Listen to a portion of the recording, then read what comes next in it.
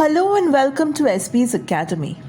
In this video, we shall take a look at two major aspects of business communication. First, why do we need to improve our communication? Or in other words, why does miscommunication take place and how can we avoid it? We will also find out why efforts made at communication are largely wasted at times and try to understand how communication skills can be used to avoid miscommunication. Secondly, we shall also look into why a particular medium of communication is considered the richest and why another medium of communication is considered not effective enough or rich enough or could be widely used. For a business to be successful, it is essential that its employees effectively communicate and work together to ensure that tasks are done correctly. But language is a complicated art and miscommunications can always occur, even when people are trying to make themselves as clear as possible. But while miscommunication can't always be avoided, especially in the workplace, there are ways that people can respond to it to help correct the situation.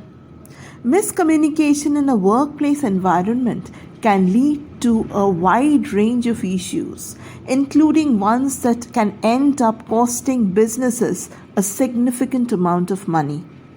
The causes of miscommunication often come down to how specific statements are phrased by one person and then perceived by others.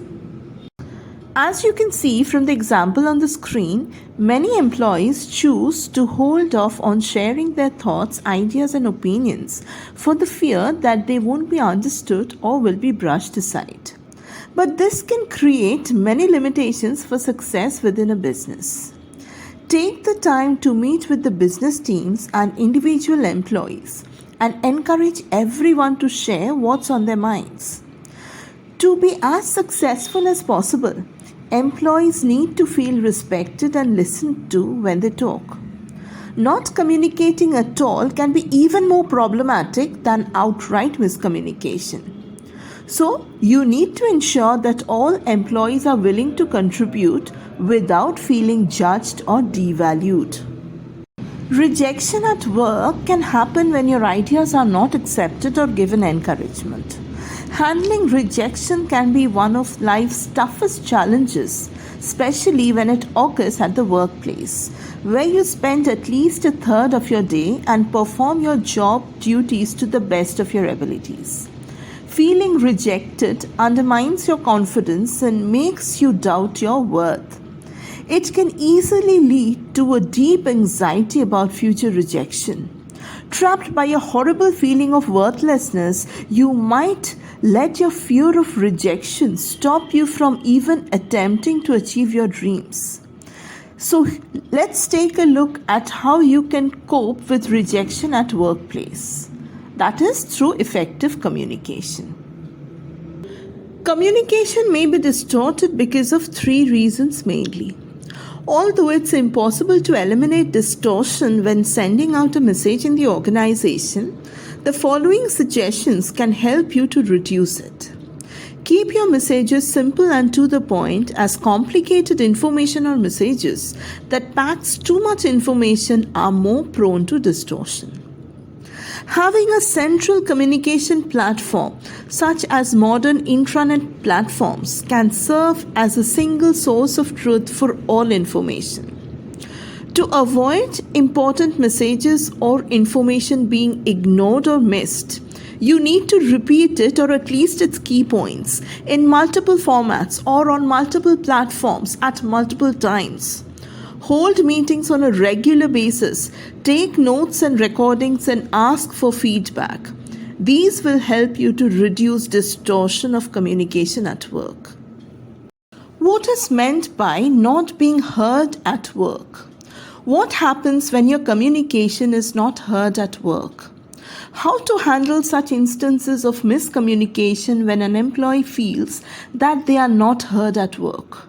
You just have to listen actively. Business leaders must learn to read in between the lines of what their employees say.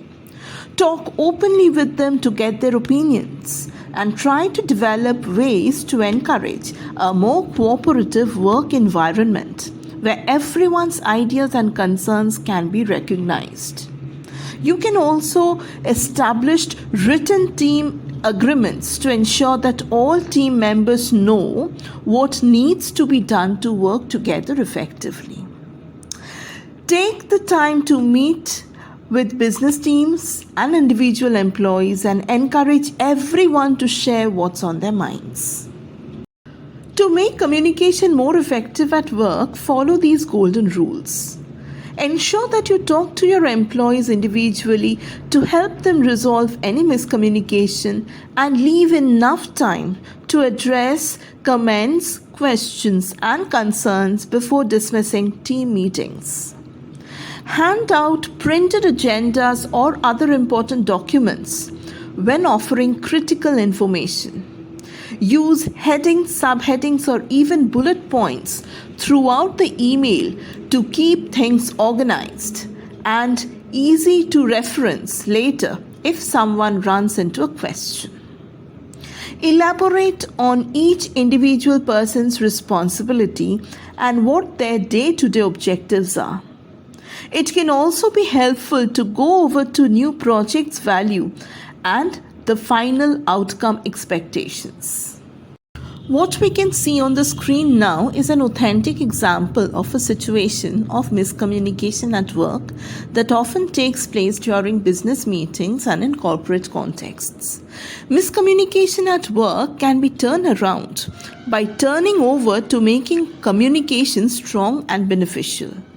This can be achieved by encouraging team members to talk openly with one another, which can prevent tension from building up. Make sure that you have clear expectations for workplace culture and communicate these expectations to all. Practice active listening by concentrating on the conversation at hand and avoid unwanted interruption like cell phone calls.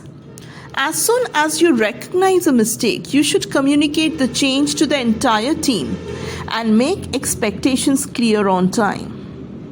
Make sure that you use a professional tone of voice while delivering messages and encourage your team to do the same. Be clear and to the point. Do not cloud instructions or requests with irrelevant details such as problems with past projects or issues. We have already learned about the methods of business communication and which among them are more effective than the rest. If you have missed out on the video, please find in the description the video and the audio lectures on effective methods of business communication. Examples of personal written texts include informal letters, as they have the benefit of detailed personal explanation. Formal written texts include all forms of organizational communication at work, including business reports, memos, agendas, notice, circulars, emails that are comparatively short and have fewer explanatory messages.